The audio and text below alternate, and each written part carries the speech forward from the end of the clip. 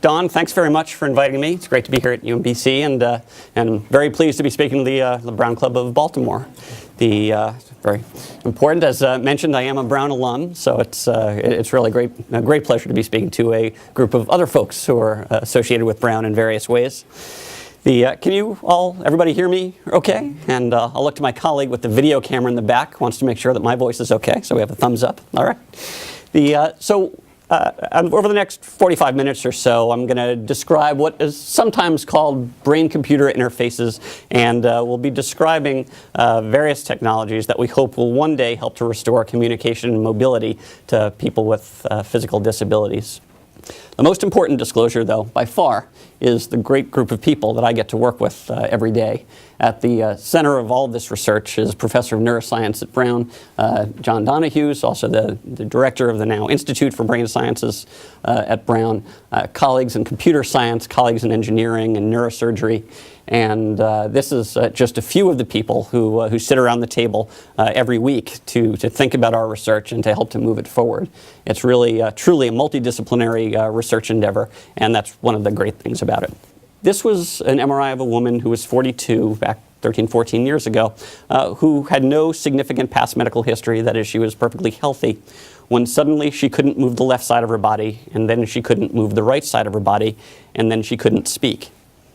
And when we look at this picture, this is a type of MRI called a diffusion-weighted image, and what this shows us are the parts of the brain that have had a stroke. And in simple summary, in this slide, gray is good and white is bad.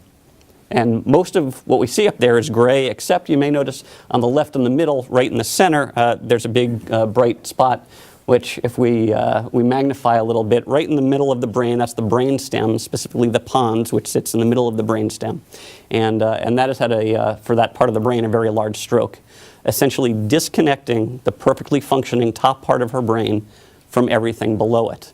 A few days later, she was awake and alert, understanding everything that was being said to her, but she was unable to move and unable to speak.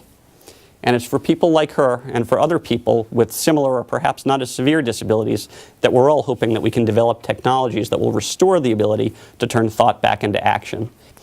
So why do we need these devices? Why brain-computer interfaces or any of these neural interfaces? Well, there are many diseases that can leave somebody with significantly impaired mobility, but still awake and alert and wishing to fully interact as they had before.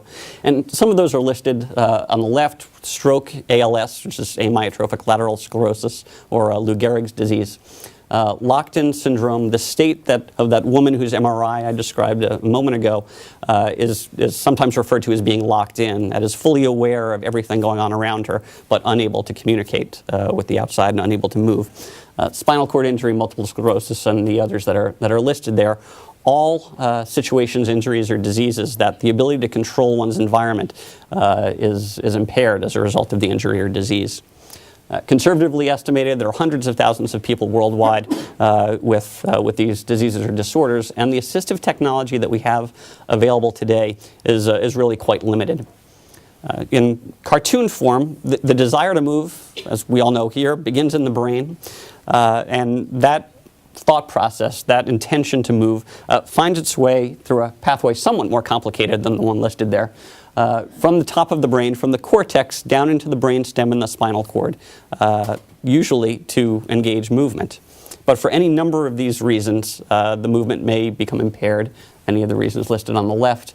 And our goal, while there's lots of research very well focused on trying to repair that injury represented by the red X, our goal is to try to create a new pathway, to take that intention to move and create a new pathway for it to enable movement. For the woman who I described, who's unable to move and unable to speak, if we could restore the ability to type or to browse the web for entertainment or education, to use a text-to-speech application, all those would be extremely helpful in improving her quality of life. For somebody like the gentleman whose video you saw, who is able to speak, and you'll see him speaking in just a little while, but who's paralyzed, who's tetraplegic, that is unable to move his arms or his legs, if we could improve his ability to control a powered wheelchair, maybe to control semi-autonomous robots to help with his activities of daily living, all of those would be helpful. For people who have lost limbs, whether the result of trauma or vascular disease, there are some really superb prosthetic limbs that are now being developed. But what we don't yet have is a great way to control those limbs. And if we could take this signal out of the brain, the desire to move, and convert that into the control of a very advanced prosthetic limb, then maybe we could really allow somebody to get the great control that's available by these limbs, but isn't truly available because there's no controller for it yet. The dream for the research, though, is listed there at the bottom, at least for people with spinal cord injury or brainstem stroke, which is to one day reconnect brain to limb, to allow somebody to think about moving their own paralyzed hand again and for that hand to move. And that might be done by taking these brain or movement-related signals from the brain and connecting it to other technologies that are implanted in the limb that enable movement, that stimulate the nerves and muscles. So here, without any learning, without any special instructions, the moment that he tried to do something with his hand, that neuron started firing away, probably just the way that it did before he had a spinal cord injury. And it was when we saw graphs like this and we listened and we heard that activity on the oscilloscopes and the amplifiers, that's really what told us that we would be able to take that activity, that those cells that are still trying to do what they used to do, and to convert that activity to the control of an external device such as a computer cursor. What I'd like to do is show you a few videos of this gentleman controlling a cursor just by imagining the movement of his own hand. You'll hear him talking a little bit. His voice will be a little bit raspy. He's on a ventilator as he's doing it, but he's going to describe to some extent what it is that he's doing. Okay, so here's the Cyberkinetics desktop. What are you going to do first? I'm going to open my email first. Okay, So this is a simulated email program. you're going to open the first one. And it says, congratulations, you were doing a great job. And that cursor that you see is what we call the neural cursor. He's moving that cursor by imagining or attempting to move his own hand. It says, hi, we'll talk soon. Great. Now can you exit back to the Cyberkinetics I want desktop? to exit. You're going to exit. Excellent. I'll show you some other examples of control of virtual or computer-based devices, but one of our hopes is that we can get control over physical devices, and particularly prosthetic limbs for people who've lost their limbs, as I mentioned, due to either trauma or vascular disease. One of the reasons, one of the goals of our Department of Veterans Affairs support is to see if we can help develop a technology that will allow better brain control over the great prosthetic limbs that are now being developed. So you can see just a little bit, you can see the hands just on the left of this lower screen of our participant in the trial. What he's looking at is a real prosthetic hand that's used for people for distal amputation. That hand is facing him, and you're going to hear him say open and close just so that we know what it is that he's thinking or trying to do. And depending on how the audio is in here, you may hear his initial response to his ability to do this.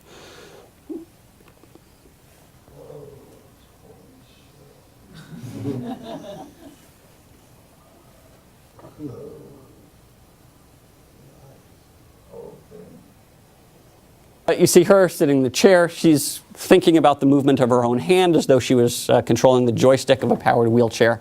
We'll zoom in on that technology in just a moment, called RollTalk, which is a nice assistive technology that comes out of Norway, very easily programmable, and we can work with that very nicely.